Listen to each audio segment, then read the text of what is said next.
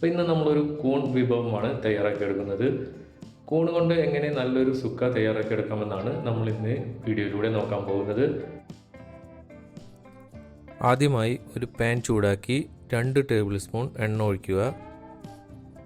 എണ്ണ ചൂടായി കഴിയുമ്പോൾ തീ മീഡിയം ഫ്ലെയിമിൽ വെച്ച് ഒരു സവാള ചെറുതായി അരിഞ്ഞത് ഇതിലേക്ക് ചേർത്ത് കൊടുക്കുക. ഇനി ഇത് ഇളക്കി വഴറ്റിയെടുക്കുക.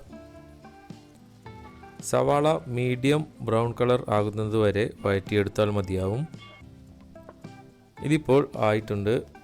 ഇനി ഇതിലേക്ക് ഇഞ്ചി വെളുത്തുള്ളി പേസ്റ്റ് 1 ടേബിൾ സ്പൂൺ, മഞ്ഞൾപ്പൊടി 1/2 ടീസ്പൂൺ, ഉപ്പ് 1 ടീസ്പൂൺ ഇത്രയും ചേർത്ത് ഇതിൻ്റെ റോ ഫ്ലേവർ പോകുന്നത് വരെ 1 മിനിറ്റ് നന്നായി ഇളക്കുക. പിന്നീട് ഇതിലേക്ക് നമുക്ക് മഷ്റൂം 250 ഗ്രാം ചെറുതായി കട്ട് ചെയ്തത് ചേർത്ത് കൊടുക്കുക. ഇനി ഇത് നന്നായി ഇളക്കി യോജിപ്പിക്കുക. ഇനി തീ ലോ ടു മീഡിയം ഫ്ലെയിമിൽ വെച്ചതിന് ശേഷം ഏകദേശം ഒരു 10 മിനിറ്റ് ഇത് നന്നായി വേവിച്ചെടുക്കുക. ഈ ഒരു സമയത്ത് നമുക്ക് ഇതിന് വേണ്ട മസാല തയ്യാറാക്കിയെടുക്കാം. അതിനായി ഒരു പാനിൽ മല്ലി 1 ടീസ്പൂൺ, കുരുമുളക് 1/2 ടീസ്പൂൺ, ഉലുവ 1/4 ടീസ്പൂൺ, ചെറിയ ജീരകം 1/2 ടീസ്പൂൺ, കരയാമ്പൂ 4, ഏലക്ക 2, കറുവപ്പട്ട 1 ഇഞ്ച് നീളത്തിലുള്ളത്, ഉണക്കമുളക് 3 എണ്ണം. ഇനി തീ ഓണാക്കി മീഡിയം ഫ്ലെയിമിൽ വെച്ചതിന് ശേഷം ഇതെല്ലാം 2 മിനിറ്റ് ഒന്ന് ഡ്രൈ റോസ്റ്റ് ചെയ്തെടുക്കാം. ഇതിപ്പോൾ 2 മിനിറ്റോളം ആയിട്ടുണ്ട്. ഇനി ഇത് നമുക്ക് ഒരു മിക്സിയുടെ ജാറിലിട്ട് നന്നായി പൊടിച്ചെടുക്കാം. നമ്മുടെ മഷ്റൂം ഇപ്പോൾ വേവിക്കാൻ തുടങ്ങിയിട്ട് 10 മിനിറ്റോളം ആയിട്ടുണ്ട്.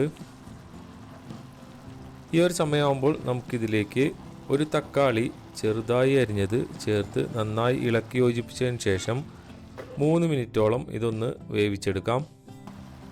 ഇതിപ്പോൾ 3 മിനിറ്റോളം ആയിട്ടുണ്ട്. ഈ ഒരു സമയമാകുമ്പോൾ നമുക്കിതിലേക്ക് നേരത്തെ തയ്യാറാക്കി വെച്ച മസാലപ്പൊടി ചേർത്ത് കൊടുക്കാം.